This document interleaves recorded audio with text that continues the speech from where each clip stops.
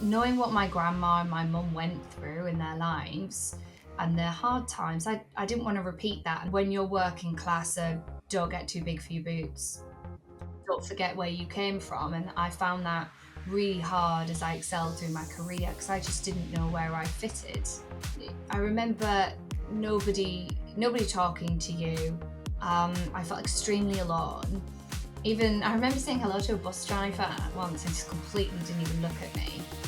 Oh my God, younger generations coming through are super, super savvy when it comes to tech. So it was more like people like myself and probably yourself, millennials. We're the ones that have got the little youngsters kind of snapping at our heels.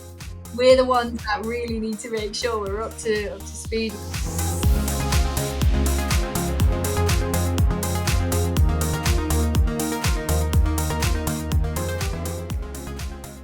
Our guest today overcame a challenging upbringing in Northern England, raised primarily by her grandparent due to family difficulties.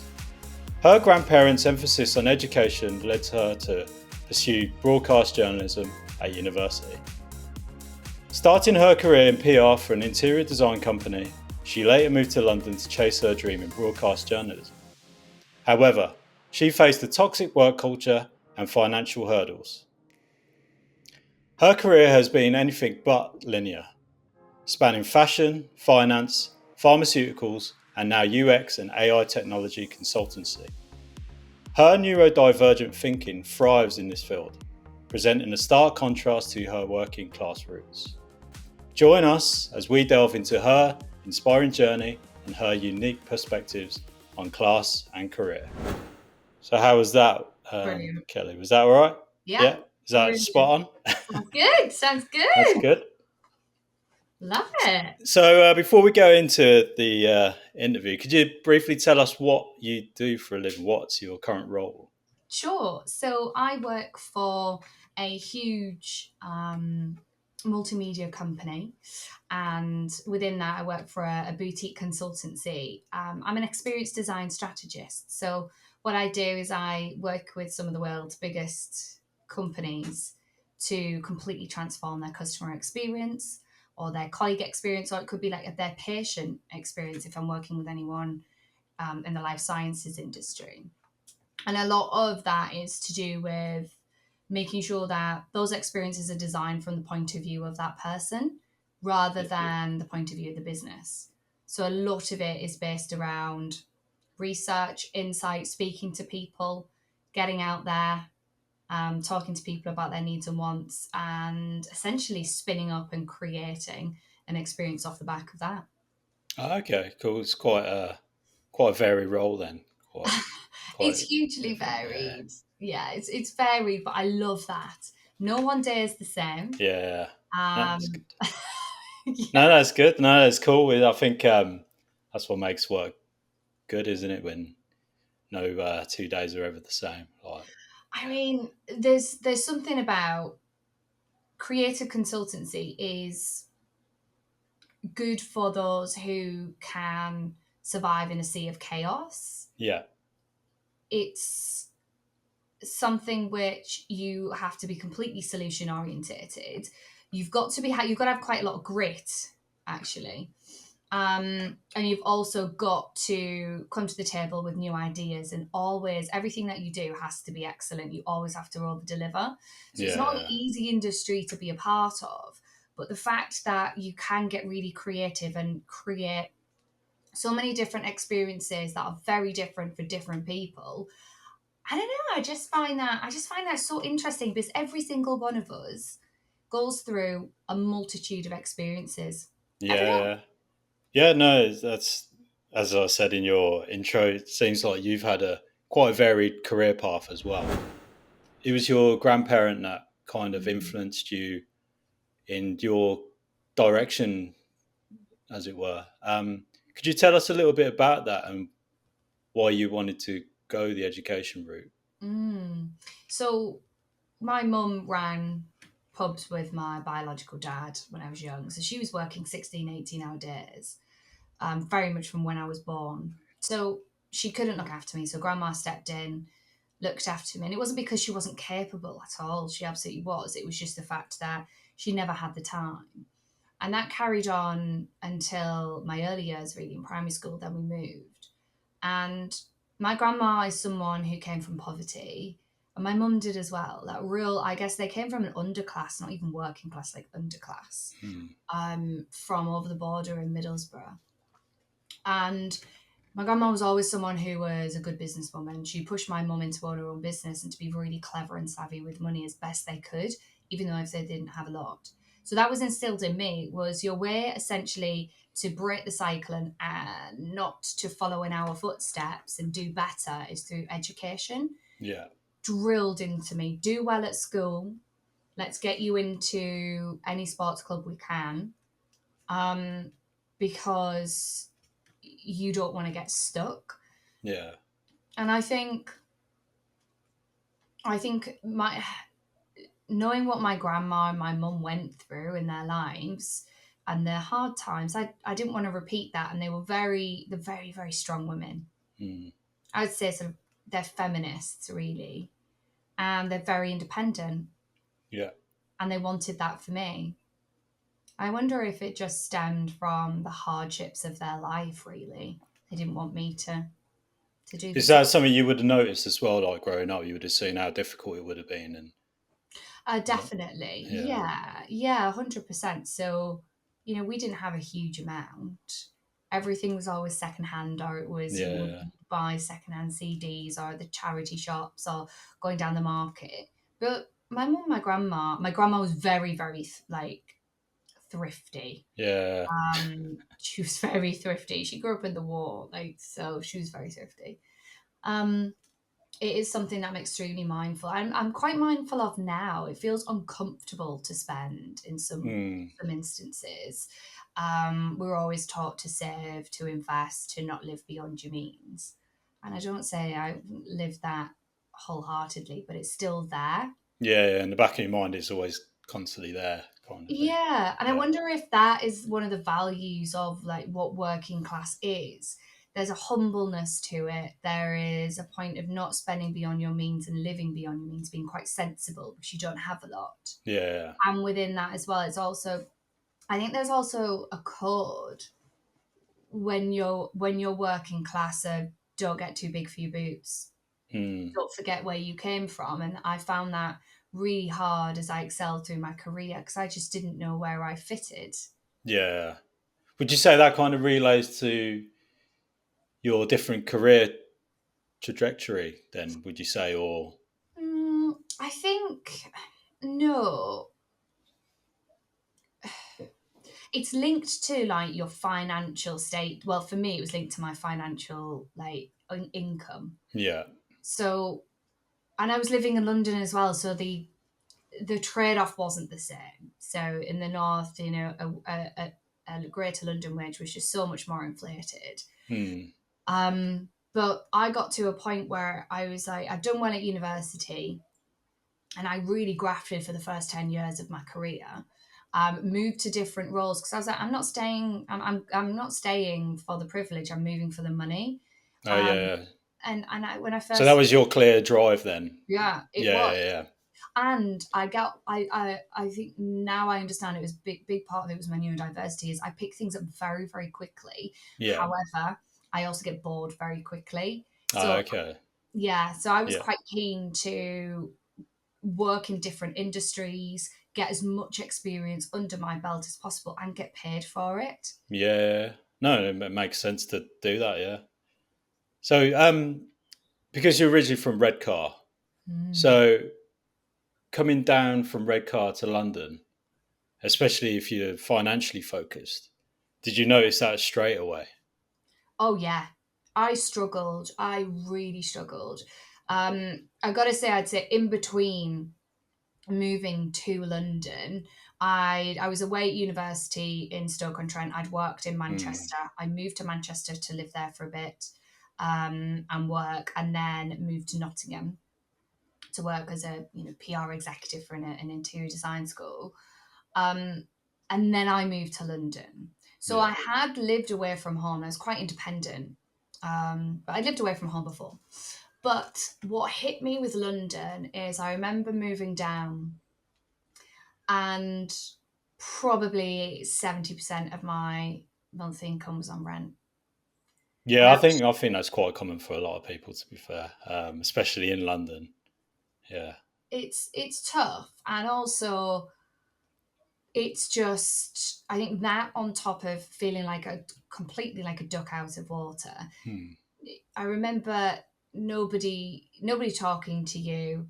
I felt extremely alone. Even I remember saying hello to a bus driver once and just completely didn't even look at me. I thought, oh Yeah, my God. And then getting barged out the way, learning the tubes. So all of that on top of working long hours, and then sort of 60, 70% of your monthly income going on rent, and then yeah. travel, and then trying to eat. Um, it was hard. No, no, I can fully understand this. Especially with some of the other interviews that I've done, a lot of them always found their first role, especially being in London, has always been quite difficult, and it's quite the eye opener. Mm. Well, what's quite fascinating with yours that you experienced the toxic work culture. Could you tell us a little bit about that, and did that kind of put you off going on to broadcast journalism, or So it did. So I'd say, I mean, every single place I've worked, every environment, every industry, there's been a level of toxicity. yeah, Some industries are a heck of a lot worse than others. I'd say when I was running, being a runner for a TV station in Manchester, actually, most people were lovely. It was more the yeah, industry itself that was extremely toxic. So long hours, no pay. yeah, I I would have had to have worked for many years at hardly having been paid at all, or doing internships or very poor pay, yeah, to yeah, even get into a position, say, for a reputable broadcasting house. And I just wasn't prepared to do it. I wasn't prepared. And I don't know why I wasn't prepared, because I've always been driven. But what sat with me was seeing and hearing how there was a difference in how genders were treated. This was a long time ago, in the early noughties. yeah, But I witnessed that from a long way off. And even when I did my degree, I remember someone telling me that I needed to change my accent, where now you've got a breadth of lovely accents across the. yeah, yeah, Um, so I just was at a point where I was like, I am going to, and I didn't want to go home, because I knew if I went home, like some of my like sort of friends or fellow students did, I thought I'm going to get stuck.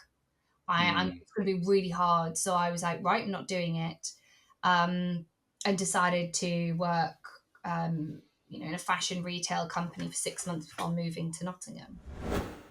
Yeah. In terms of industry, I probably would agree with what you're saying in terms of there was the long hours. Like I would have done it myself, where I was working doing like free work experience. Now you have to get paid for it. Um, have you noticed there's a difference between the industries that you've worked in? In terms of how challenging they've been. Yeah, is there, because this is mainly focused on like career creative industries. So Mm. you've gone on to like pharmaceuticals, PR, even though that's probably lined with creativity and finance. So have you found there's a different type of person or demographic that work in those industries compared to creative? Yeah, absolutely. Yeah, there's definitely, like I said, there's industries that are more challenging than others, which require you to have more grit and resilience. Hmm. There are industries that I've worked in that require you to even speak or understand a certain language, like business language and business speak.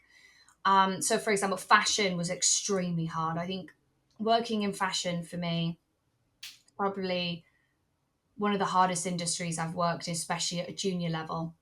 The pay is not great. It's extremely fast paced, Hmm. and extremely competitive. However, there is a trade off, right? There's a trade off with those challenging experiences. You get the best learnings. So, at the time, I remember the dread every day of going into work. Acne would come out. I just was dreading having one-to-ones with my boss, dreading Yeah. working with certain buyers and merchandisers who were known to be aggressive, the late nights, the politics. It was hard, but you learn a lot. Yeah. You also learn what you will and won't accept. And when you are a lot younger, unfortunately, I think what's challenging is that you are so grateful to be in some of these brands that they take advantage of that, which is why. Yeah. And I think that probably still does happen now. And I think even though they try and do the equality and diversity and all this welfare for the employees, I still think there's probably, speaking to people on here and knowing people in creative industries, I think there's still a certain level, probably not to the extent from when we were in creative industries. I mean, I hope not, but I think creative industries are oversaturated and the best talent rises to the top, but that Hmm. what constitutes best talent is not always deserved. I think if you put the time into somebody, they can absolutely learn a job. But Yeah. unfortunately, these industries are just so fast paced and it's extremely competitive. It doesn't leave room for that type of nurturing and personal development. Um, I would say, and to sort of bring it back to the question, one of the other industries I found extremely hard was consulting. So, and it was a language thing. So I didn't even know what a graduate scheme was till sort of my early mid 20s. Yeah. Actually, working in pharmaceuticals is really interesting because a lot of what you're doing is to better the well-being of a person. So you feel like with a few steps removed, you're helping somebody through creative campaigns, through your Yeah. Yeah. marketing campaigns and stuff. But the language I understood when I went to consulting, language was just a different world. I didn't understand it. I didn't understand the etiquette. Even when I was working at a consultancy and working in experience design for, let's say, the first time, like purely, Yeah.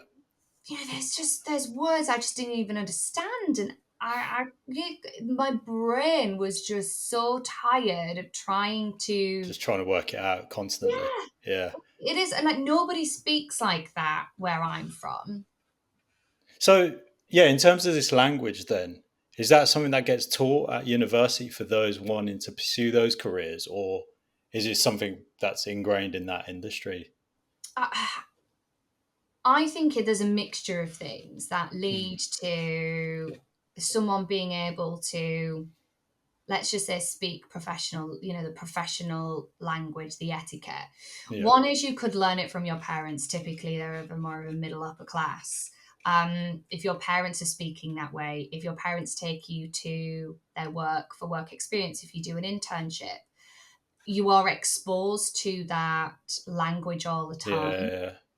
Um, Public schools, so those so colleagues I've worked with who have been privately educated Mm. absolutely have this language nailed.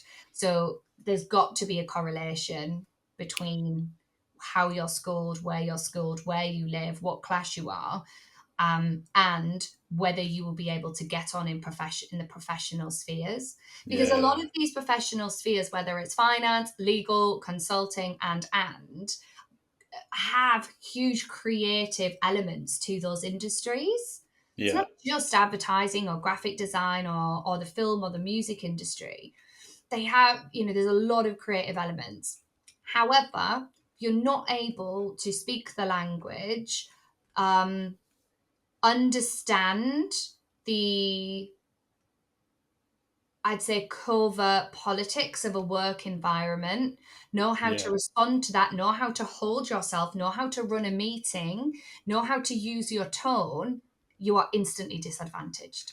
So I suppose that kind of comes back to the whole class thing, right? Hmm. Exactly like what you just said, like those in the middle class to upper middle and maybe higher, because they've grown up knowing that way of socializing. Basically, that's what it is, isn't it?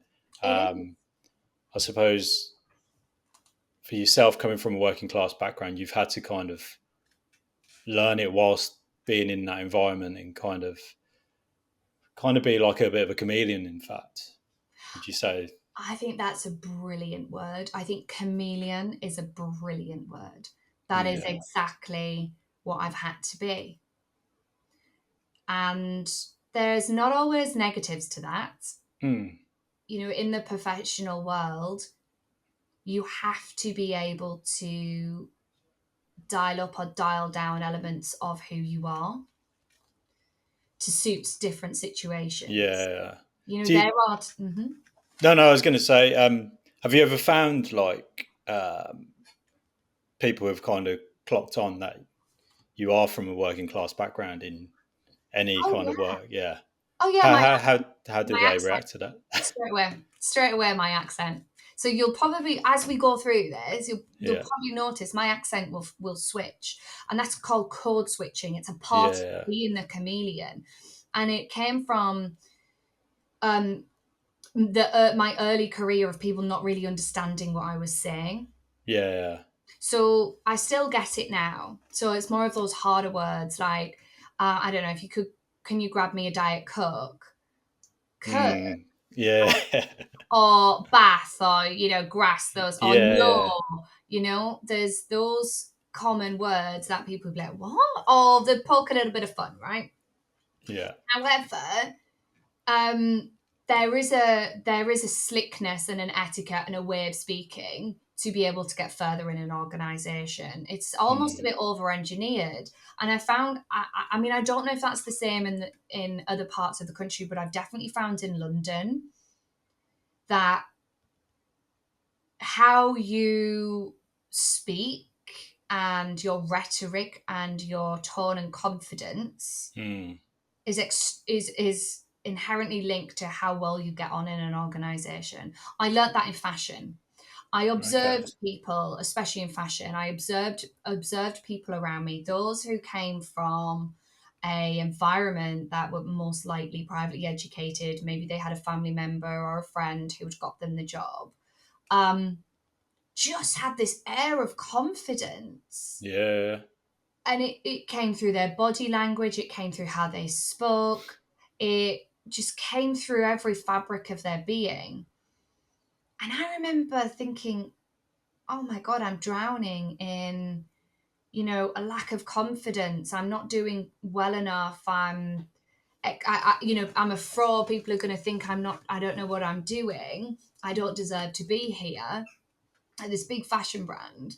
However, there's others who are just sauntering around with this air of confidence, and I just thought, I want that. Yeah. So I guess it's kind of you had a case of the imposter syndrome, Yeah.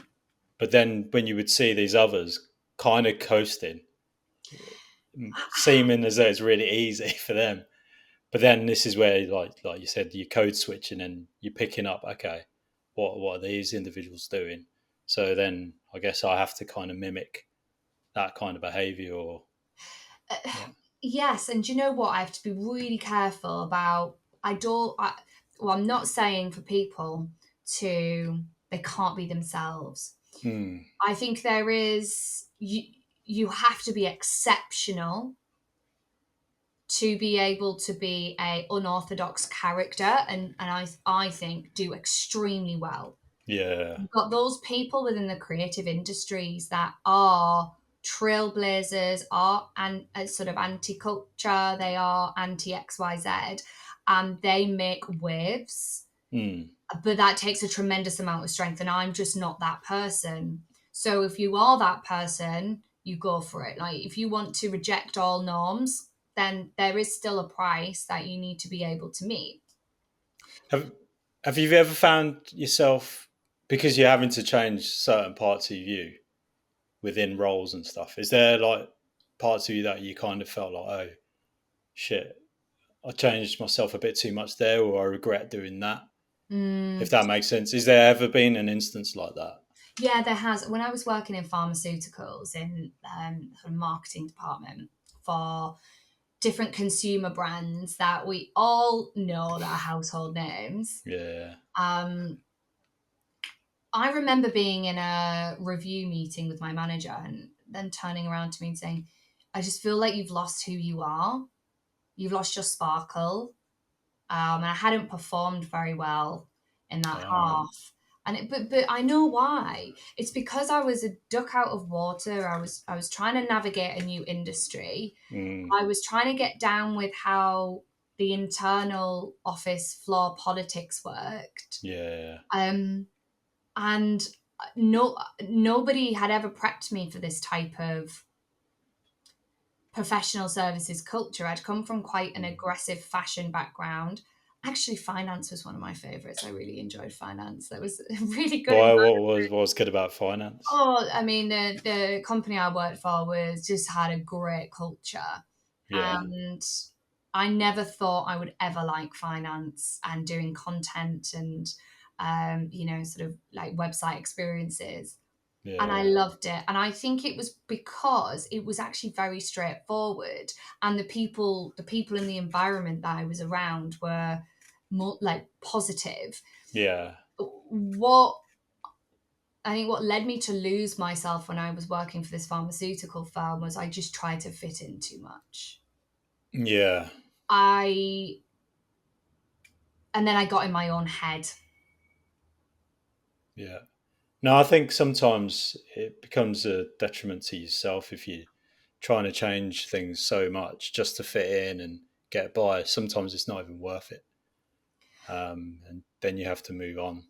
But I suppose when you got to that point, did you realize? Oh, did you move on from that, or did you? What? Yeah, I did. I did. I just Yeah, knew there was a yeah, point of I needed to I was so miserable. I needed to desperately get out. But what I didn't realize is I kind of went from the frying pan into the fire, if that's the right term.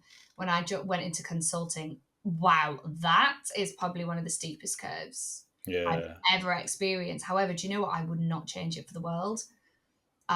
That was 3.5 years of unbelievable development, steep learnings, yeah, great highs, lows, um, and working for lots and lots of different companies. And what it did is it rounded me off in the sense of I then had a reference point in my brain of, okay, this is how the world of, say, finance works and yeah, people work and the topics and how to navigate through that labyrinth.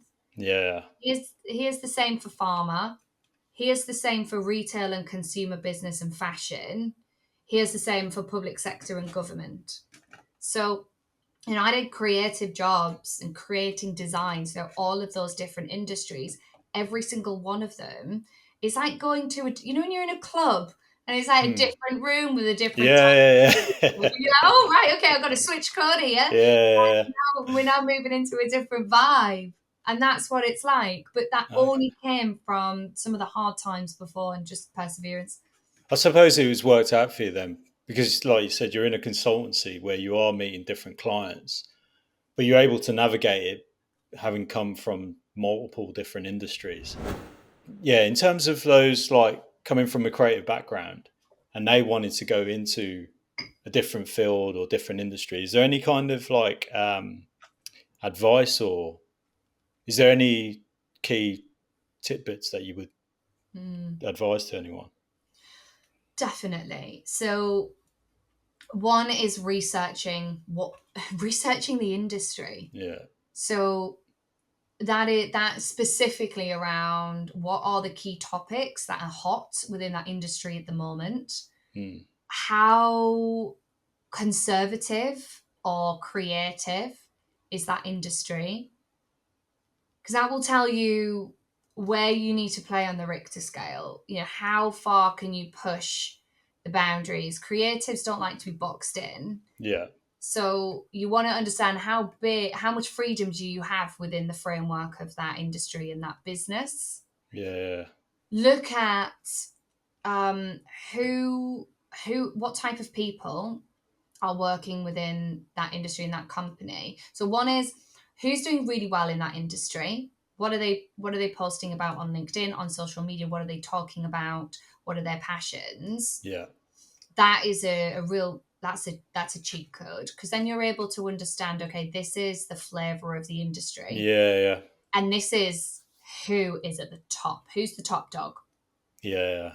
um the other is you do the same exercise, but you do, maybe there's a company you really want to work for. Mm, um Look at who's at that company, because there could be a misalignment with your idea with how this company operates, or their cool advertising, it's the and the perception. people. Yeah, This is it, and the people who actually work there. yeah. The final thing I would say is there's something called a value triangle. So this is something that I talk to a lot of my direct reports about, or anyone that I'm coaching.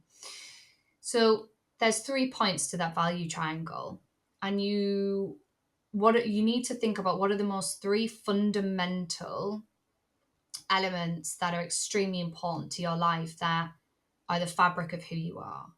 So for me, one is freedom. I need the freedom to be able to create, to explore, to have my ideas heard, Yeah. to travel. Funds. I value money in the sense that it gives me the opportunities that I never had when I Mm. didn't have it. And fun, I need to have fun. That's so important to me. If any of those are off, whether it's a project or it's a company or an industry that I'm working in, I can feel it instantly, and I go back to that value triangle and I see how I can manipulate the situation Yeah, yeah, more balanced. So I would do that, because you may find that your dream job, your dream company, or your dream industry actually isn't that dreamy. It could be extremely. yeah. No, it's like I think a lot of people when they look at creative industries, they automatically think, "Oh, I'm going to be doing all the cool shit and the fun Mhm. stuff." But the reality of it, and I think a lot of people don't realize, actually, there's a lot of hard work behind all that stuff you see. For instance, if you were working in film, that cool film that you just watched, there's a lot of hard graft and hours that are put into that, and multiple people.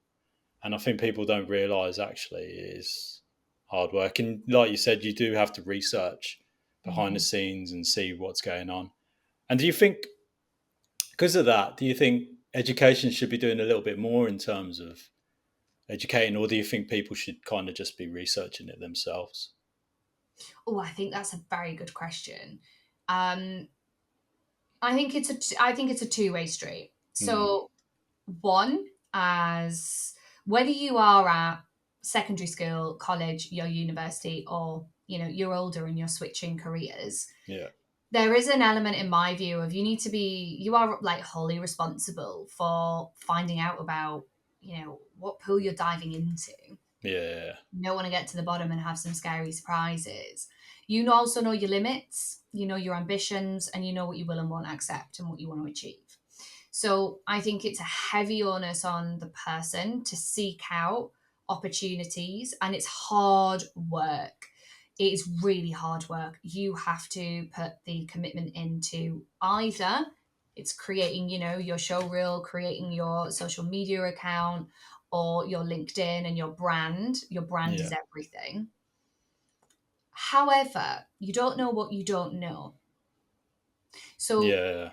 it's very easy for me to say this 10 plus years later from stepping foot into London. Mm, So there is, I think, a role that education establishments need to play. And actually, I would do it a lot younger. I would do it, your primary school level. It's what they do in, public schools. yeah, no, it's, Presentation tips.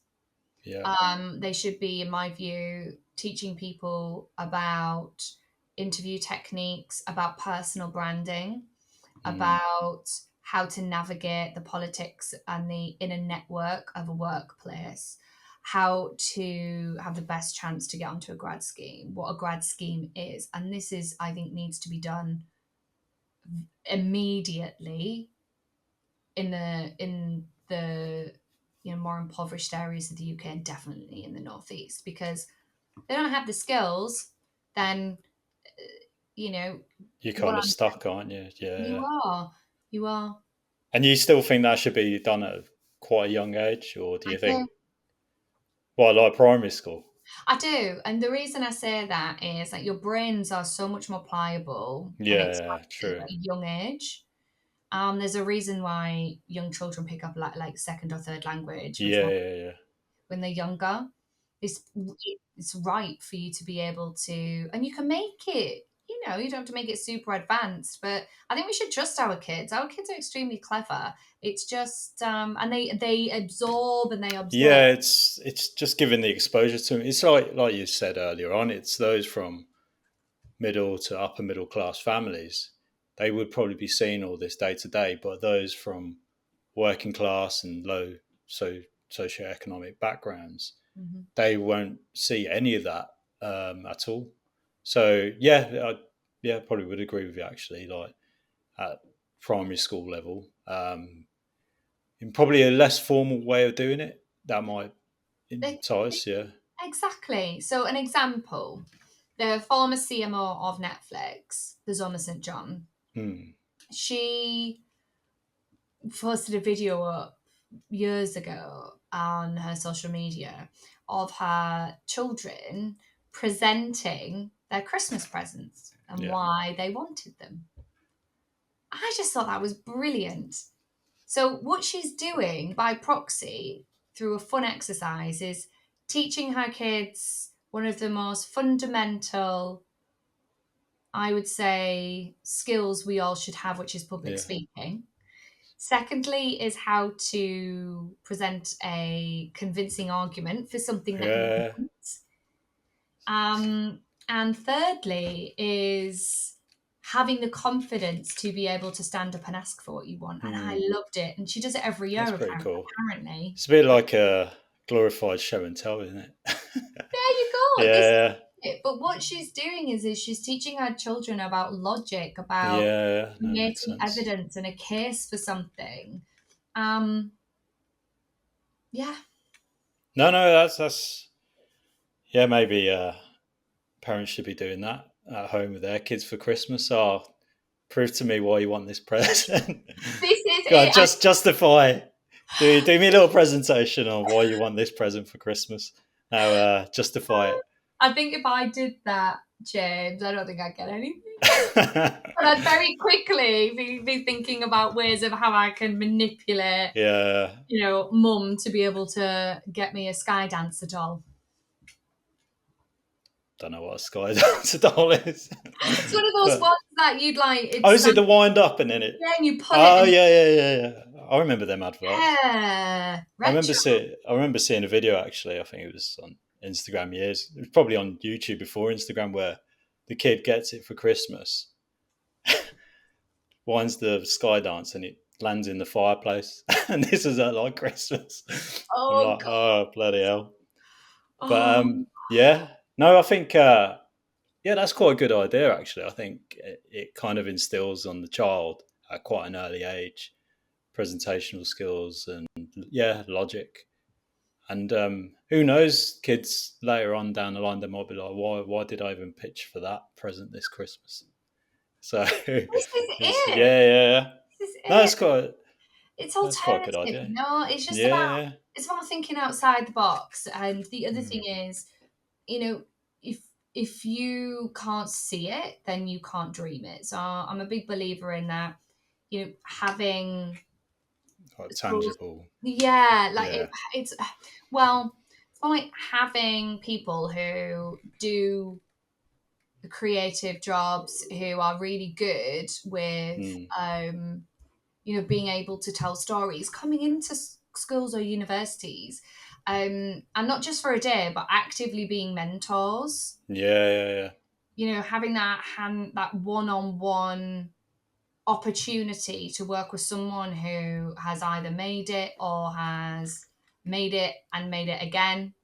yeah. That's really important because we all we all develop and learn a lot faster when we can watch someone do it. Yeah, and I think it's just inspiring, isn't it? You just see someone's journey, and you're like, oh, I can do that. Like, if yeah, and I think that's the thing with anything. Anything's achievable. You just got to put your mind to it, and if you do have someone there mentoring you along, Mm-hmm. and giving you that hand, then yeah, it just helps it. In the intro, we talk a little bit about your neurodivergent traits. Mm. Could you tell us a little bit about that and how you find? Do you feel that benefits your current role with the AI aspect? Oh, it's a blessing and a curse. Hmm. I have a really poor short-term memory to the point where it's so stressful. I probably couldn't remember if I'd said something to you an hour ago. Yeah, My long-term memory is good, but it also is much, much worse. And my neurodiversity shows up a lot worse when I'm tired or stressed. But the memory part I find very stressful. It means I have to take meticulous notes. yeah, Even meeting people, I'll forget their name, or yeah, like that's really hard. Um so I would say that's one of the biggest challenges. The other was just understanding how someone can get the best out of me, whether that's a manager, a colleague, or a client.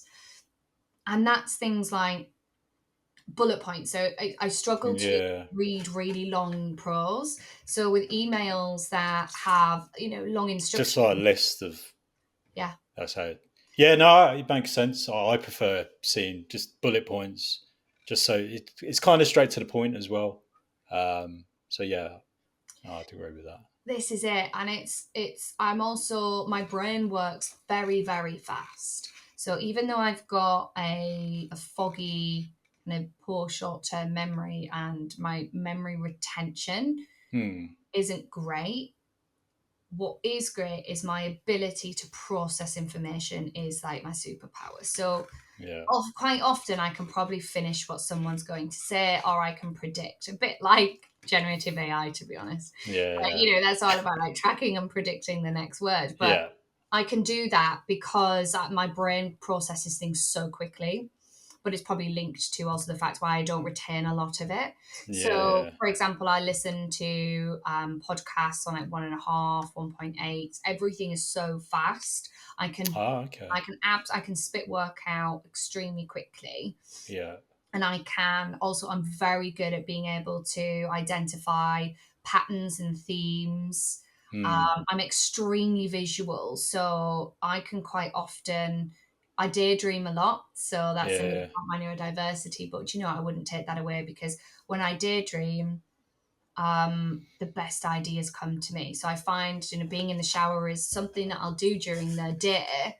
If I'm stressed or I'm feeling extremely overwhelmed, which is another Hmm. trait, or like I feel overwhelmed a lot. So now what took to doing is taking like a 4 minute, 3 minute shower in the middle of the day. What it does Yeah. is completely cuts my brain off from the overwhelm, and the water is so soothing.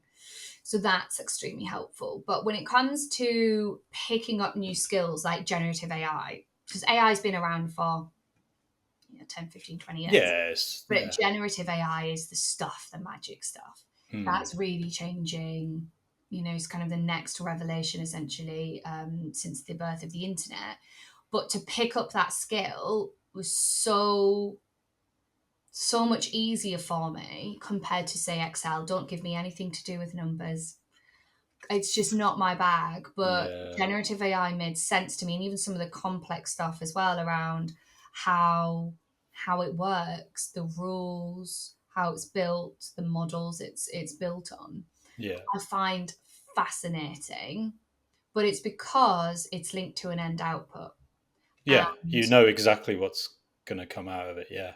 exactly. So things like I'm teaching myself runway, but I've got pretty good at mid journey and generating Yeah. Yeah. imagery and messing around with that, all of that self taught. Chat GPT, I use every day because it speeds things up. Yeah. Something else that's linked to, I guess, one of my frustrations of being neurodiverse is I hate detail.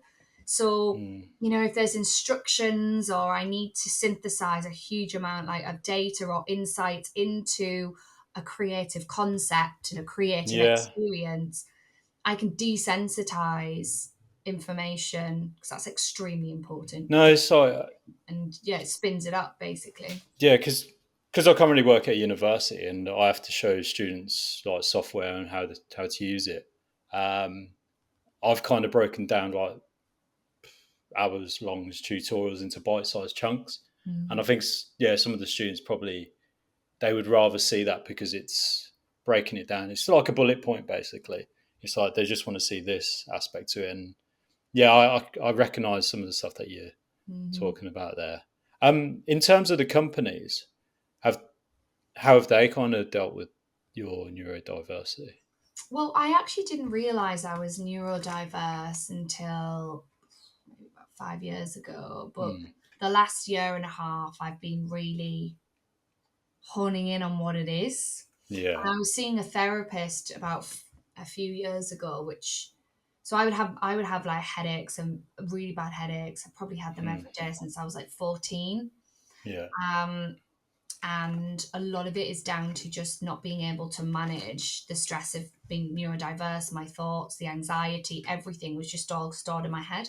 So I saw a Okay. therapist, and that really helped. And my headaches went from 100% every day to 80 to basically like 80% gone. It was amazing. Okay. And what happened was, and I was in consulting at the time, like my one of my previous firms.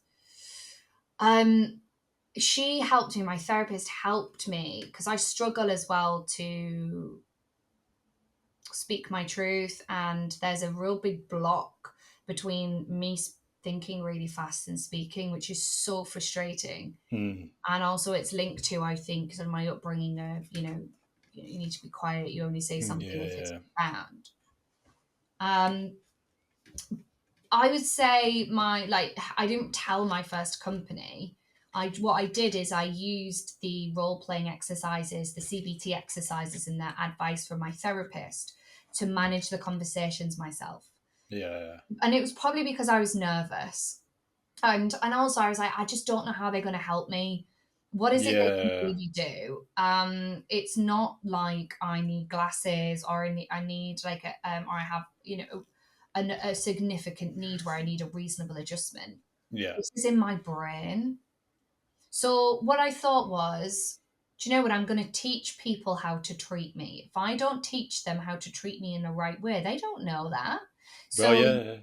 one of my kind of profound moments was working with a colleague I get on really well with now, but just we didn't see eye to eye. There was some things that I was struggling with, and I was like, so how I framed it was as a positive and in a solution orientated mindset. Because I think if you've got a disability, which is what this is, what Mm, I have, dyslexia or ADHD is, um, people some people can be quite apathetic towards that. I think, oh, you pull in a card. So actually, yeah. and I don't want to make it my identity. So what I did is I turned around and I was like, this is the best way you can. This is how you can get the best out of me. Yeah. Um, for example, communication in this way. Please, can I have some more room to be creative? I don't do well being micromanaged. How can I instill trust Mm, in help you trust me more? So it was having conversations rather than me going to a company and being like, I've got this disability. What have you got to help? yeah. And I I don't think, suppose I was going to say. I suppose it's easier it coming from you directly instead of the a company wide training thing. I think so. Like, I'm a mental health ally and I'm a mental health first aider. So um, I know how strongly linked neurodiversity, and especially undiagnosed neurodiversity Mm, is with mental health illnesses and people struggling with their well-being. So I don't know. Maybe it's because I'm just a bit of a go-getter, and I'm a bit competitive, and I wanted to yeah. win at this. Win ADHD. I don't think you can. But I just thought, do you know what? If I don't take the advice of my therapist and build on that, I will forever be in this state. And I don't want it to become my identity. However, what I have done is with my current company, who have got an amazing, I'm not just saying this, they've got an amazing mental health and neurodiversity I would say, initiatives within Yeah, yeah. the business Well, it's world. good that they're doing that. Yeah. It's well, we've got, hundreds of agencies within one building within our village, and they're Okay. all, a lot of them, most of them are creative. Yeah. So there is a higher proportion of people who are in the same camp as me. And what they do is they offer mentorships, coaching, because they're very different. Mm. Also, support with financial coaching and managing finance. There's other things like we have seminars. We make sure that it's a really strong offering in this space. But ultimately, I've definitely felt a lot more confident to turn around and say, just saying, I'm really proud. I'm a neuro spicy person, Yeah. and how you can get the best out of me is X. That is my line I keep going to all of the time. If I meet a new client, if I meet Mm. a new colleague, this is how I process information. Tell me about you. How do you like Yeah. to? And it's a conversation rather than, I think, a need to be able to, I don't know, go to HR and see if they can. Yeah. No, I think people probably appreciate it more having the conversation quite early on, directly with the individual. I think so. And Yeah.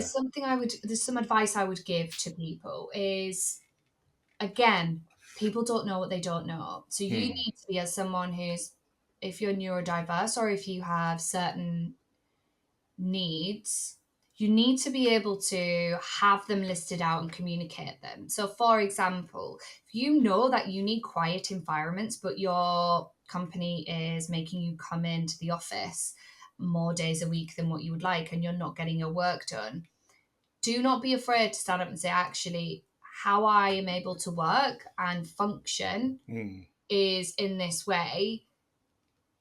There needs to be a reasonable adjustment for me because of XYZ. This is the Yeah. Yeah. impact that it's having. And you will very quickly realize how aligned that company is to supporting you when you have those difficult conversations. Yeah. No, I think. I think just making it known quite early on, and you, people then know where you stand, and exactly. It's Yeah. quite, you've got to be brave though. And I do Yeah. know. No, I was going to say, like, it's all good saying it, but actually saying it to the person Mhm. and telling them this would work out better if you put these parameters in place for me. I think sometimes it can be quite daunting. I think it Yeah. can be daunting. And I think if you're a junior person, it can be even Mm. more daunting. But let me say this again, you teach people how to treat you. You will end up overwhelmed, burnt out, Yeah. unhappy, working against your natural grain and your groove than if you were to take that first step forward to have that uncomfortable conversation, because the first one's always the hardest. Yeah. And look, you don't need to be unreasonable. There's always flex. And you'll be surprised. Majority of people, when you turn and say, I'm neurodiverse or I'm self-diagnosed neurodiverse, here is where I think you could help me.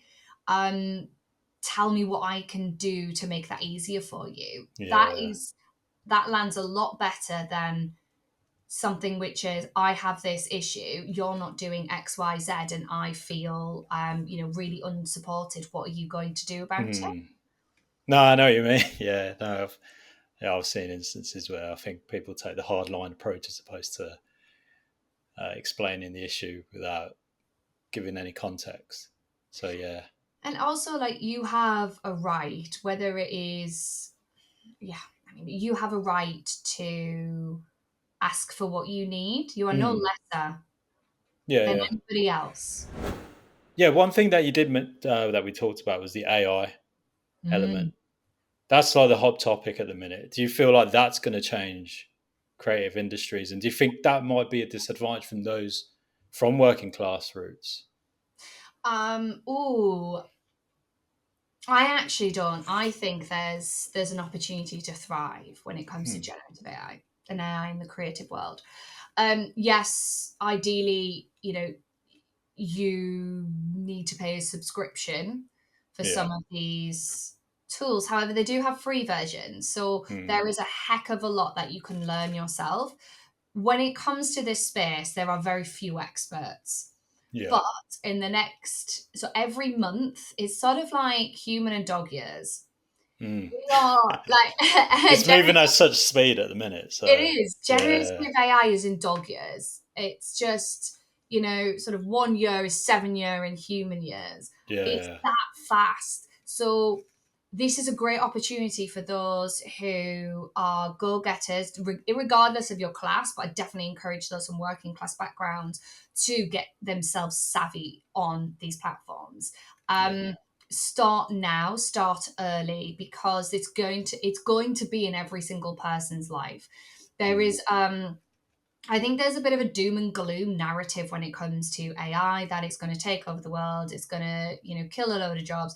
I don't think that's going to happen. I think what's going to happen is, if you do not learn how to incorporate AI into your yeah. your work life and into everything that you do, then You'll fall well behind. Yeah, you will become obsolete.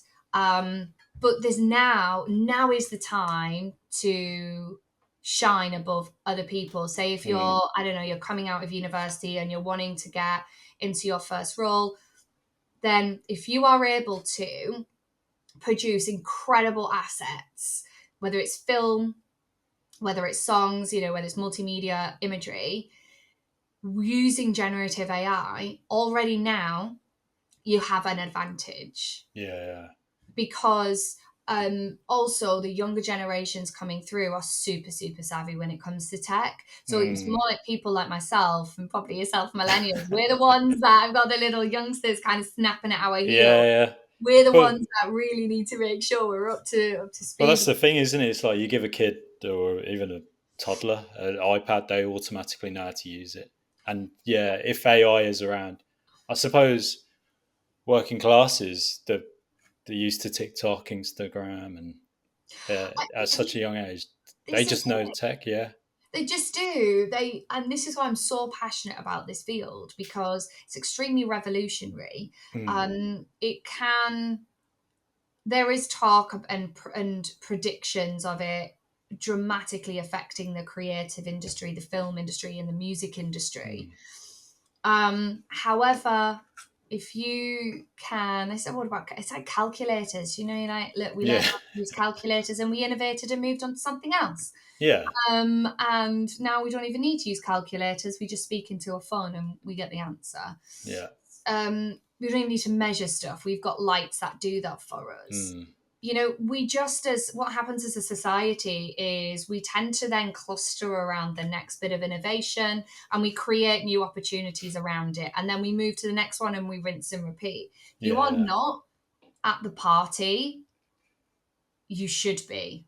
Mm. Don't let this pass you by. This is what will happen in the next 10 years when it comes to generative AI. Make more millionaires than before, ever before, younger millionaires than Yeah. ever Yeah. before. And that, like, you have no boundary, I think, when it comes to what class you're from. Yes, Yeah. there is digital poverty that we need to be made aware of. Absolutely. But there are lots of free versions of tools out there that you Yeah. There's a lot of opportunity and money to be made. this is it, right? And if you're not driven by money, be driven by your curiosity. You wasn't able to figure out how you could define working class after having this conversation.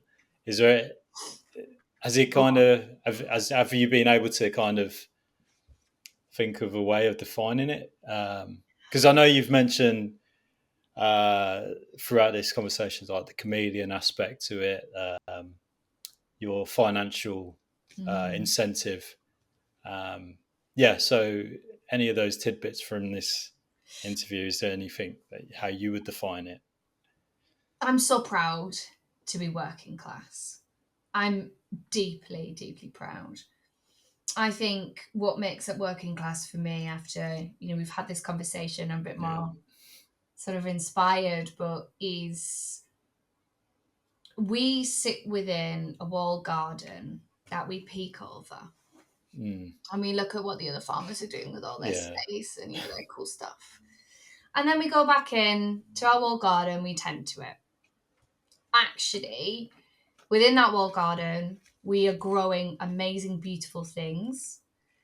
we're having to manage seasons of hardship, seasons of summer.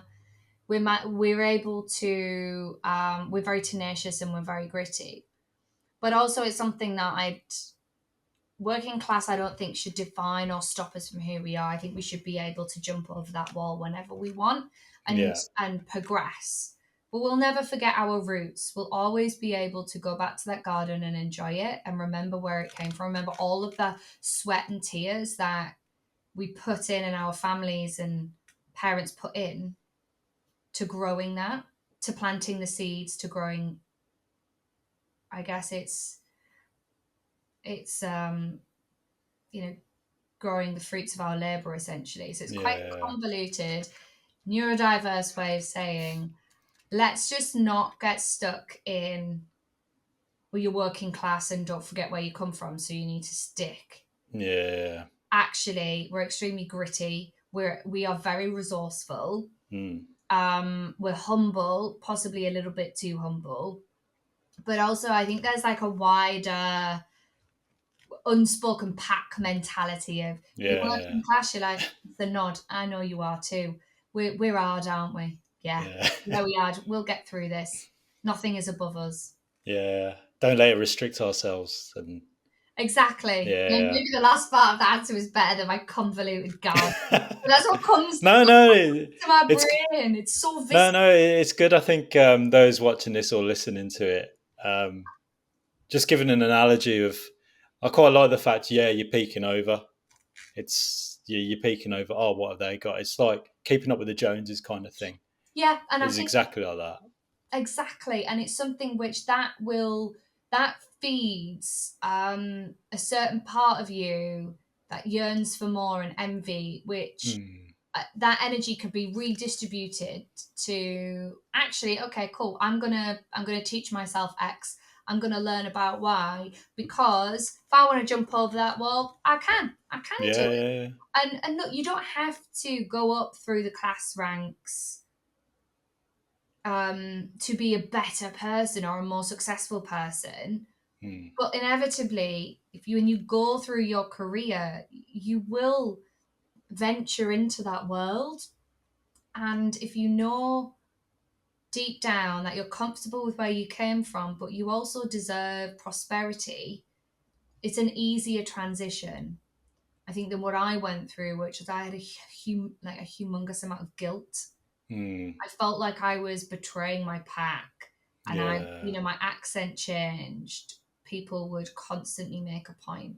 What I wore, how I saw things, my topics of conversation. I was always interested in politics and sociology, but that got even more, um, intense. Like the people I was exposed to in London, different foods. Mm. I just felt like an alien in my own community.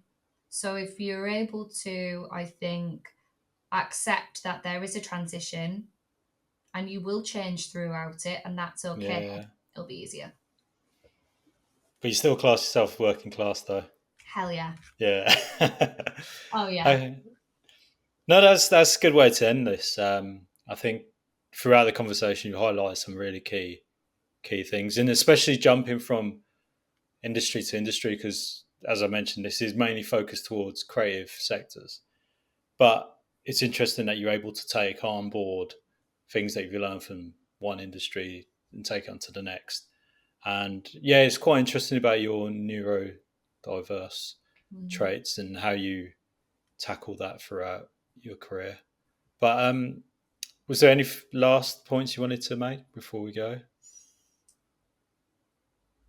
I think the final thing is the rhetoric, or how you speak to yourself in your head, is so important, and it's something I should have learned years ago, but Mhm. I never had the skills. So I would say, regardless of where you go, when you end up, where your journey will take you, work on your mental well-being and how you talk to yourself, because that is going to be your springboard for you to be able Mm. to leap wherever you want to go. No, that's good. That's good. Is there any like socials that people can reach out to? If... or Yeah, on LinkedIn or absolutely. anything? So I'm on LinkedIn. That's probably the primary social, I would say, in terms of like from a professional standpoint. Okay. I do not do X, formerly known as Twitter. Yeah. Um, but yeah, tag my LinkedIn. I'm more than happy to answer any Cool. questions or if anyone wants to have a brief call. I can't look, this is just my perspective. Yeah, It's yeah, no, not way that's of fine. one. However, very on board with helping anyone if they've got any cues. Cool. I'll put your LinkedIn in the description. And Awesome. yeah, hopefully people take a lot from this conversation. And yeah, thanks again for this. Thank you, James, for having me. Cool. Thanks for tuning into this episode of Initial Step. If you resonate with the stories we share and have a similar background you'd like to talk about, we'd love to hear from you. Get in touch and maybe you'll be featured in an upcoming episode. Don't forget to like, subscribe, and hit the notification bell so you never miss an update. And be sure to check out our previous episodes for more inspiring stories. And until next time, I'll see you on the next one.